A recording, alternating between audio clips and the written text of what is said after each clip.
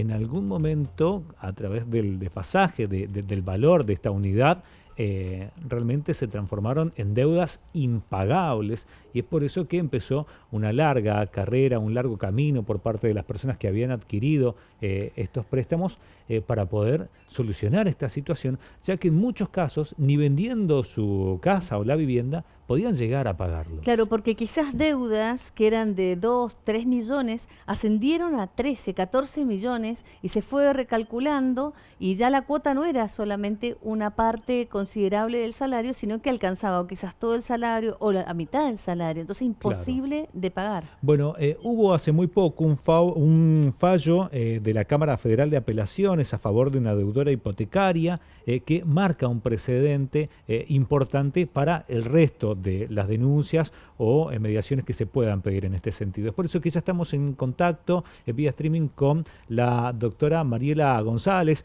con quien hemos hablado en varias oportunidades acerca de este tema. Mariela, buenas tardes. Gabriela y Jonathan te saludamos desde San Rafael. ¿Cómo estás? Hola, buenas tardes, ¿qué tal? Bueno. Mariela, hablamos puntualmente de este caso de una sanrafaelina que, como decíamos, por ejemplo, su casa, el préstamo que había sacado de 2 millones se fue a 13 millones.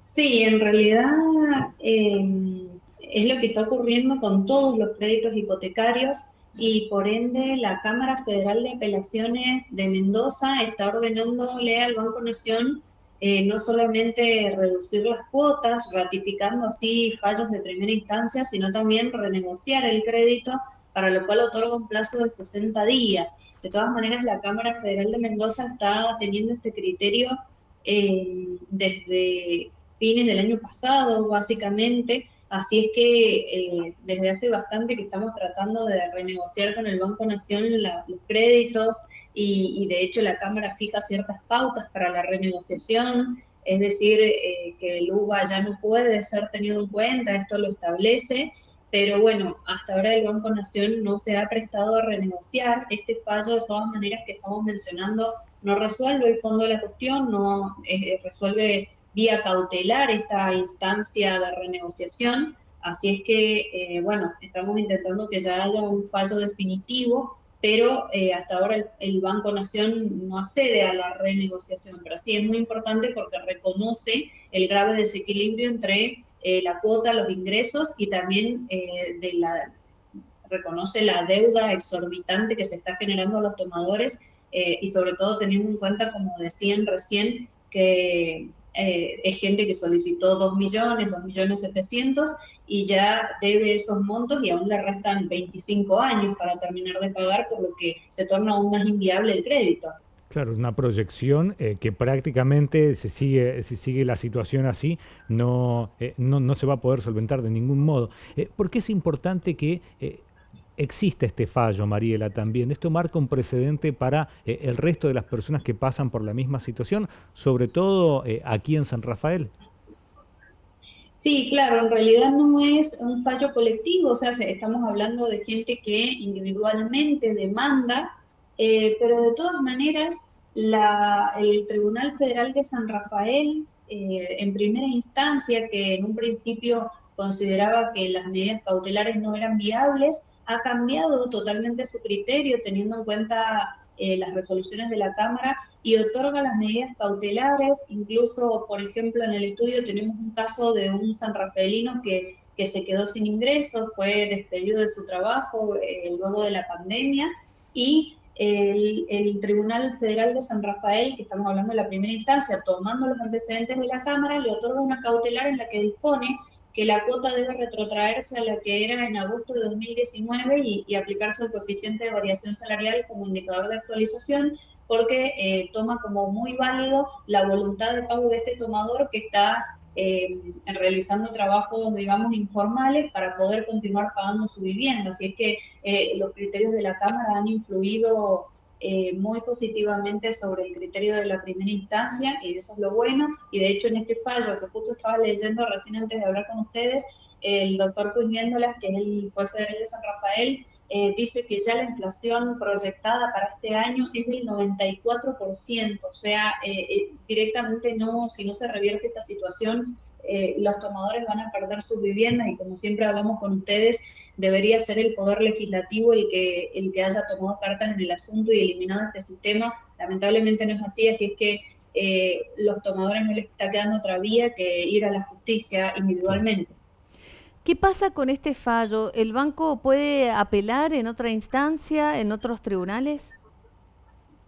El Banco Nación lo único que le queda por hacer es ir a la Corte de la Nación.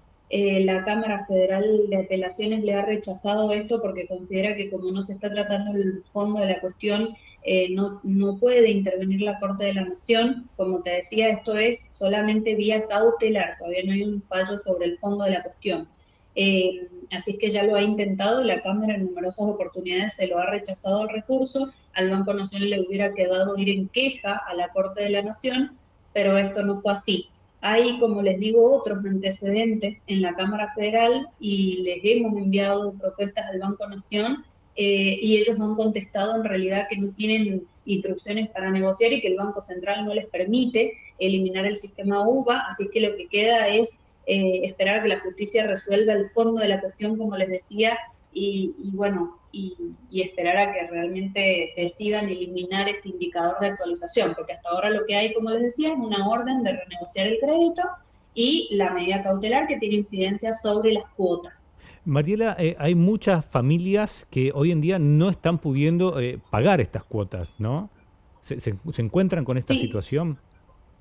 sí, exactamente. De hecho, con muy buen criterio el tribunal lo que hace cuando se encuentra con esta situación de gente que está en mora es ordenarle al banco, o sea, retrotraer el valor de las cuotas y cobrarle todas las atrasadas con el monto de la medida cautelar. Y de esa manera muchos tomadores realmente se están poniendo al día porque de lo contrario nos encontraríamos con ejecuciones hipotecarias ya avanzadas, es decir, que es únicamente por la actuación de la justicia que muchos tomadores no han perdido las casas. Por ahí hay una creencia que es muy errónea de que los bancos no quieren las casas, y esto no es así. De hecho, yo he tenido que apelar sentencias de remate de gente que no reclamó antes, y bueno, y finalmente la Cámara Federal de Mendoza ha decidido que no se rematen esas viviendas, pero en definitiva, si el banco puede o tiene habilitada la vía porque hay imposibilidad de pago, sí